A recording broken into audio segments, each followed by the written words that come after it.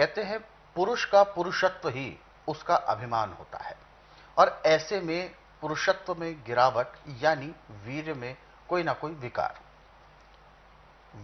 वीर्य का पतलापन में होना, ऐसा ये एक रोग की निशानी मानी जाती है, और जिससे दांपत्य जीवन पर, गृहस्थ जीवन पर बहुत खासा असर पड़ता है। संतान प्राप्ति में भी समस्या होती है। तो सबसे पहले तो मैं जानना चाहूंगा, इस तरीके का रोग होने के किन किन कारणों को आप मानते हैं कि? देखिए, वीर्य पतला पड़ने का कारण मुख्य है आपका आचार विचार। अच्छा। जितने आपके विचार गंदे होंगे उतना वीर्य पतला पड़ेगा।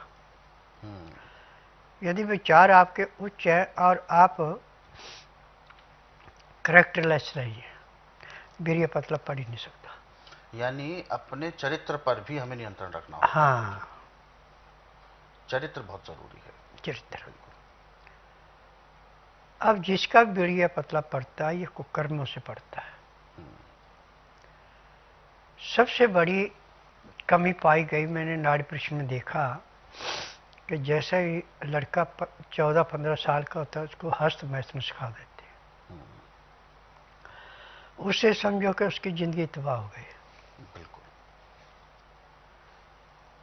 और किसी को औरतों के पीछे लगा देते हैं, जिंदगी तबाह हो गई। जब उसका अपना टाइम आता है शादी के बाद, तो कंडम हो जाता है।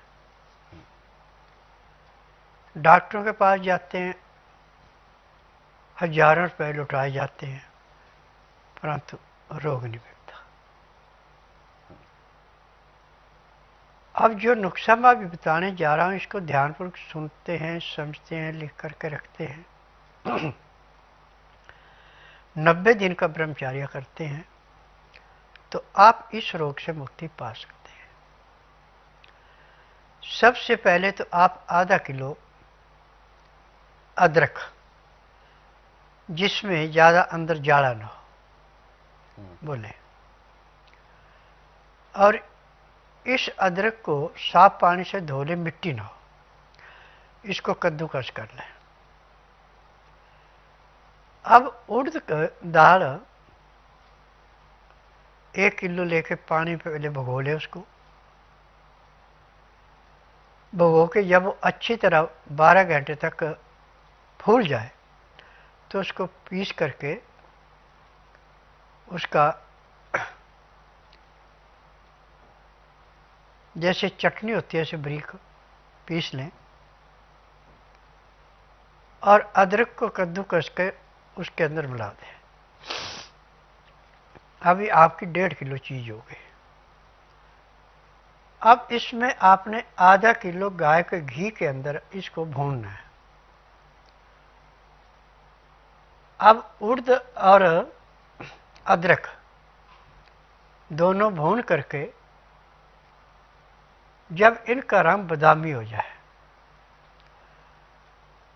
तो उसमें 1 किलो गुड़ की चाशनी 3 तार की जो बनेगी, ऐसे वो मिला के फिर इसको उसके अंदर डाल दें और थोड़ी देर उसमें भी गर्म करें। फिर उसके बाद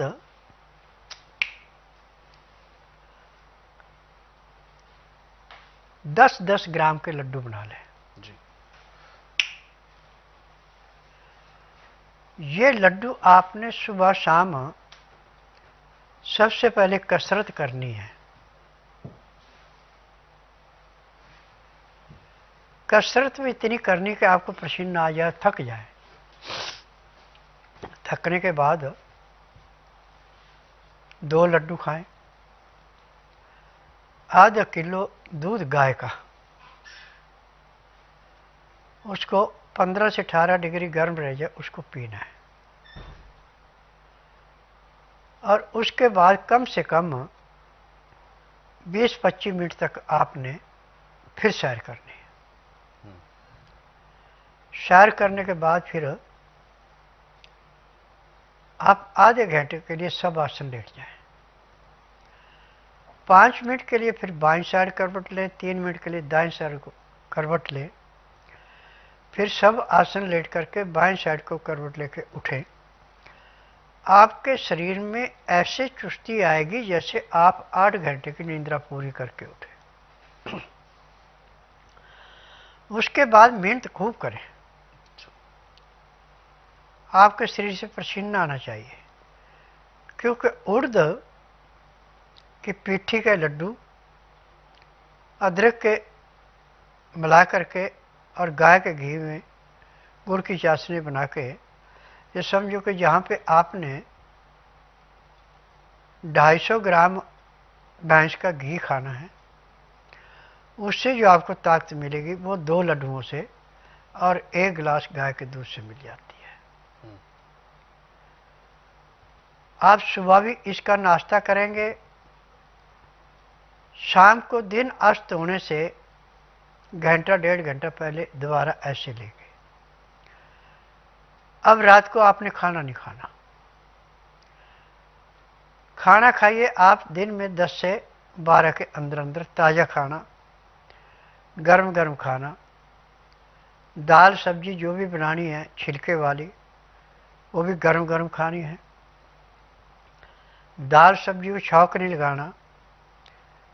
गाय का घी 1 या 2 चम्मच आपने हल्का गर्म करके उसमें मिला के खा सकते हैं। मसाले में आप जीरा, सौंफ, काली मिर्च, सौंठ, बड़ी इलायची, दालचीनी,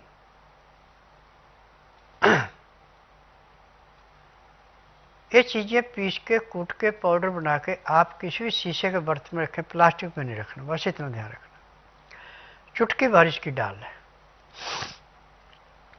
और 2 गिलास पानी गर्म करके जब 15 से 18 डिग्री गर्म रह जाए तो उसमें लहसुन, प्याज, अदरक का रस 1-1 चम्मच मिला दें, तीनों चीज़ों का। और जो इसका कचरा बचा है उसको आप दाल सब्जी मिला के खा सकते हैं। और दाल सब्जी जो बनानी अमोनिया के बर्तन में नहीं बनानी, मिट्टी का बर्तन और सोने पे सुहागा,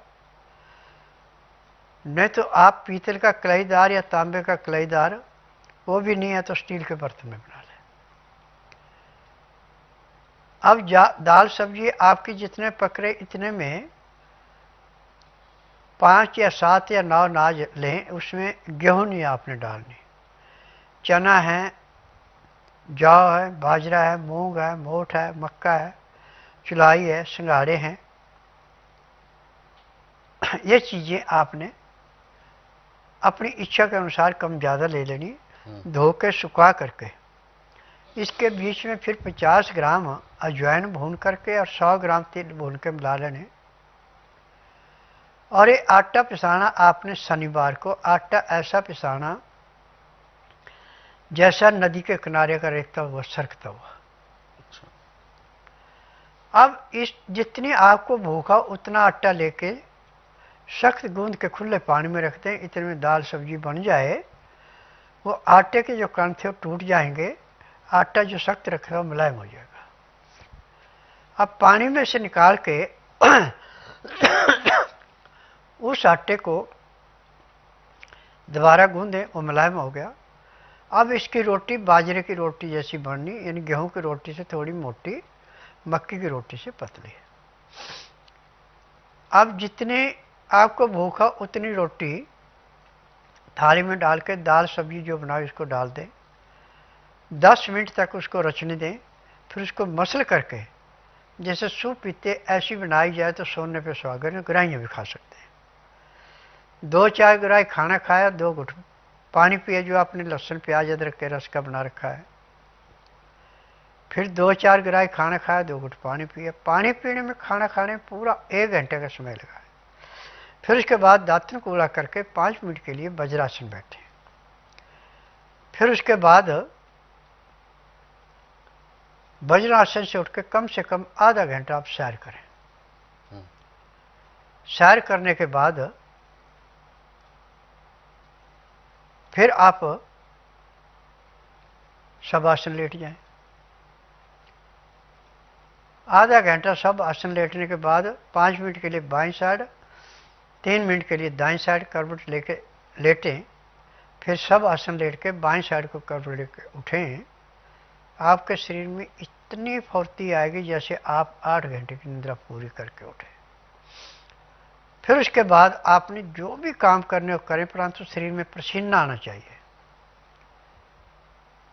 और किसी किस्म के गलत विचार ना आने चाहिए, न गलत भावना रखनी है। और हो सके तो हनुमान चालीसा का पाठ 7 बार, 1 बार संकट मोचन, 1 बार बजरंग बाण, फिर रामचंद्र स्तुति स्तोत्र, फिर आरती कर ले। इतना कार्य यदि आप सुबह शाम करते हैं और रात को सोने से पहले पहले कसरत कर ले अच्छी तरह। कसरत करके जब आपको थकावट हो जाए तो पसीना शांत होने के बाद सर्दी का मौसम है तो गर्म पानी से पैर धोएं और गर्मी का मौसम है तो ताजे पानी से पांव धो के सो जाएं। एक तो आपको नींद बड़ी अच्छी आएगी और सुबह 4 बजे आपकी नींद ऐसे खुलेगी जैसे घड़ी में अलार्म लगा रखा है, और उठते ही एकदम प्रेशर ऐसा बनेगा कि यदि आलस किया तो कपड़े भी खराब। फिर जाके आप पेट साफ करके आके दांतन कूड़ा करके आधा घंटा कपालभाति, 15 मिनट भस्त्रिका, 8-10 बार अग्निसार, 15-20 बार विजयी, 25-30 बार ब्रह्मणी, 1 घंटा लोन ब्लोन करें। फिर उसके बाद आप टाइम है तो 2-2, 4-4 मिनट मनुकासन, पवन मुक्तासन, गौमुखासन, सब आसन, सर्वांग आसन, हल आसन, शीर्षासन, बटरफ्लाई,